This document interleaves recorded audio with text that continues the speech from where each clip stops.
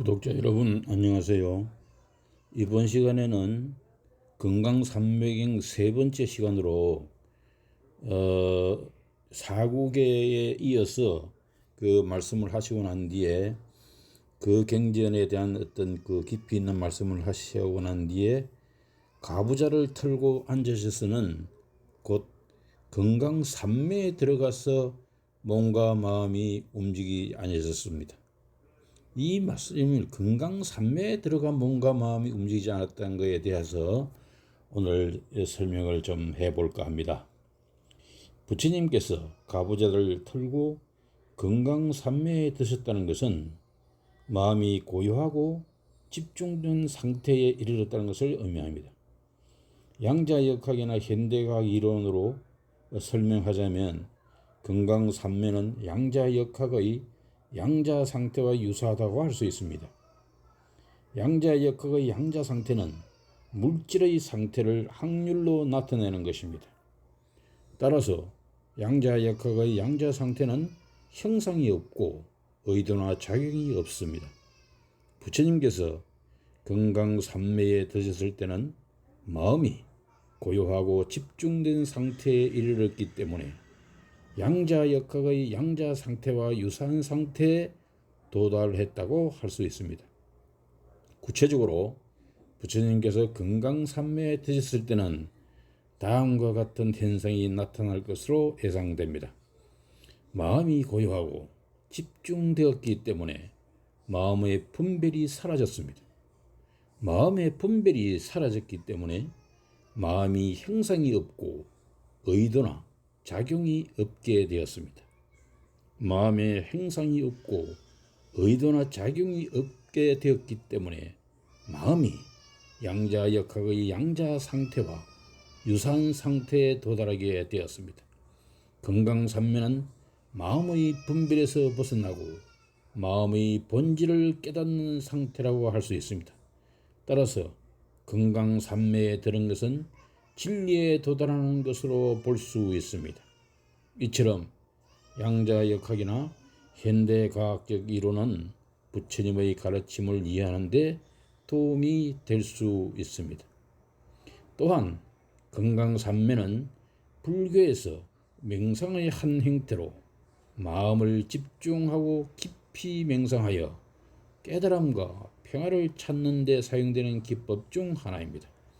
이것을 양자역학이나 현대과학 이론으로 직접적으로 대응하여 비유하기는 실로 어렵지만은 명상과 양자물리학 간의 유사성을 다음과 같이 네 가지 종류로 생각해 볼 수가 있습니다. 첫 번째, 전체적인 안정성과 평화를 얻는 것입니다. 즉, 건강산매와 양자상태는 둘 다 전체적인 안정성과 평화를 강조합니다.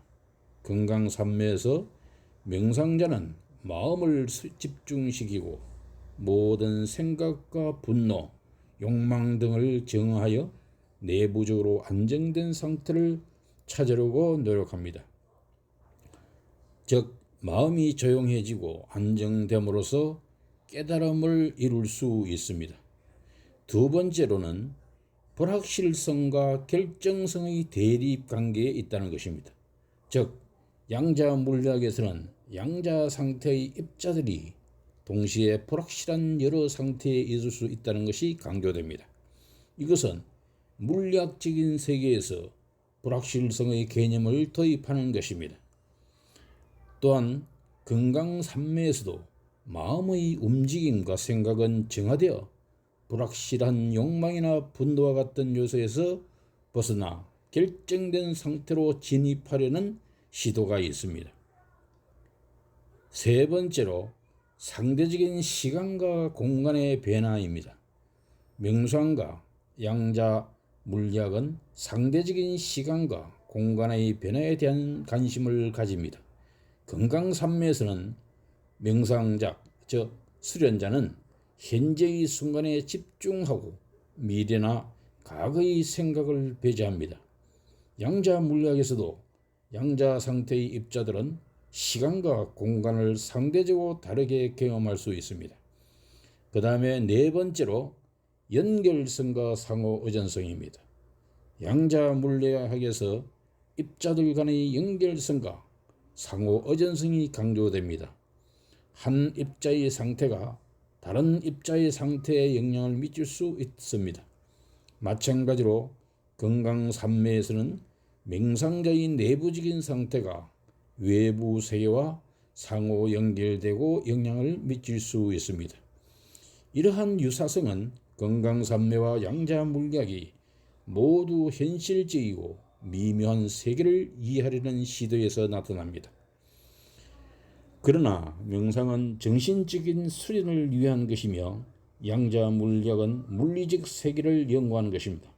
따라서 비유적인 관점에서 유사성을 발견할 수는 있지만 두 분야는 본질적으로 다르다는 것을 기억해야 하기도 합니다.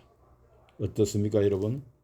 양자물리학으로서 그 명상에 대한 터치를 한번 해보았습니다. 오늘은 양자 세계로 이해해보는 건강 삼매경 세 번째 시간이었습니다. 건강하십시오. 감사합니다.